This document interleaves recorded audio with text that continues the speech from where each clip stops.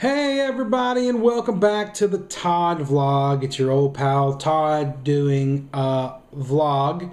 We're here in my kitchen, my breakfast nook. I don't know. All I know is this is where we sometimes eat food. So one of my goals for 2014 is to spend less time watching TV and movies. And I really like movies, and so I'm trying to be a little bit more selective. But a few months ago, there was a brand new Nerdist podcast that came out called James Bonding.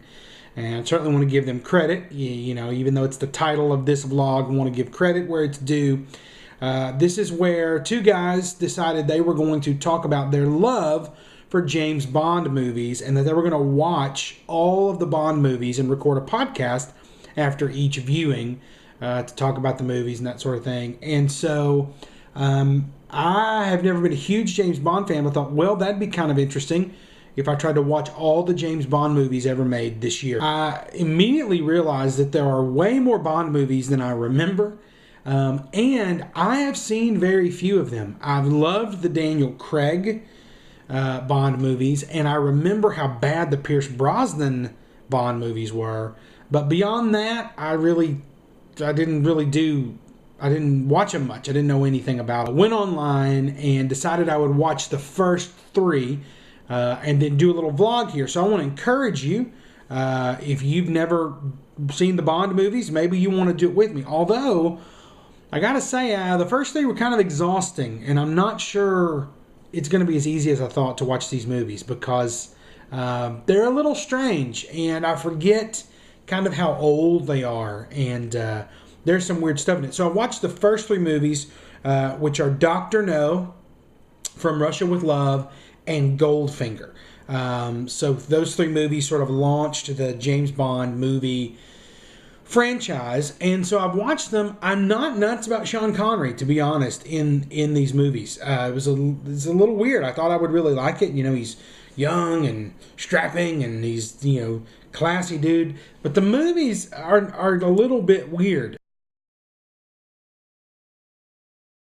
I was very surprised how good it looked. I mean, the cinematography was just fantastic. I was watching on a computer, so that might make it better. I don't know if I was watching maybe a more, you know, a remastered version or like a high def version or whatever. But it looked very, very good. I also watched it with headphones because I'd heard that there's some funny sound aspects to these movies. And the sound was not great, but it looked fantastic. Not a lot of gadgets yet. Not a lot of real big action scenes. I mean, it kind of is a slow start to these movies. But that was the thing I took away from Dr. No. Dr. No felt very long. It did not seem that engaging to me. I would think that if I'd seen it in the theaters when it came out, I would not want to watch more of the movies because it just wasn't that great.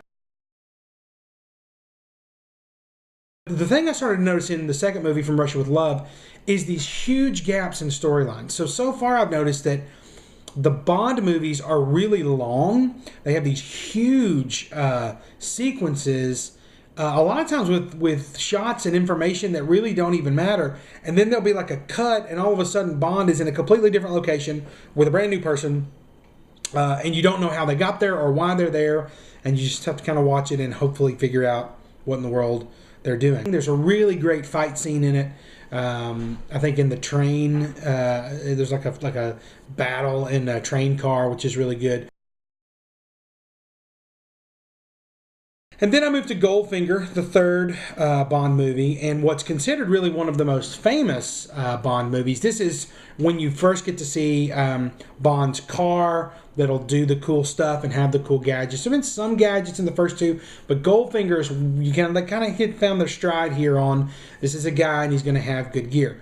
Although, I will say that Goldfinger is sort of the culmination of this thing I begin to sense in the Bond movies.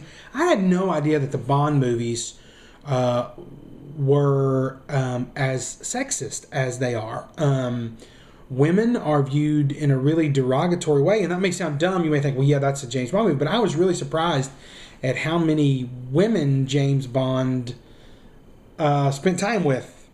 That was a real surprise to me. Women who have nothing to do with the storyline He's kind of a wretch, really, which is really was a surprise to me. I don't know why I didn't know that. And one scene in particular, or sequence, really, a couple of scenes in Goldfinger, it's a little uncomfortable, where Bond is trying to seduce a woman, and she keeps saying no, and he is persistent, and that felt really weird to me. And so, I've not enjoyed them. I'm real interested to see if the Bond character begins to take different variations. Does he mature any? Whatever. I mean, I know the more recent Bonds have been darker with the Daniel Craig portrayal of him. I know they've been darker, a little more gritty. I've done a little research into the book series that kind of launched the movies and created the character, Ian Fleming's novels. And it turns out he was kind of a wretch in the books too. So I guess the movie is accurate to what the book is. But anyway, so those are my first three. I've been dreading watching more. I feel like this is a dumb idea, but I'm going to try to be persistent. So if you want to join me, hey, jump online, find Dr. No, From Russia with Love, Goldfinger. Some of these are on Netflix. Some of them you have to look around. Some of them you may own. Some of them you can find on YouTube in various clips that have been posted. So any Bond fans out there? If you are, maybe you can convince me to keep watching. I don't really understand the allure of James Bond. I'd much rather watch Batman.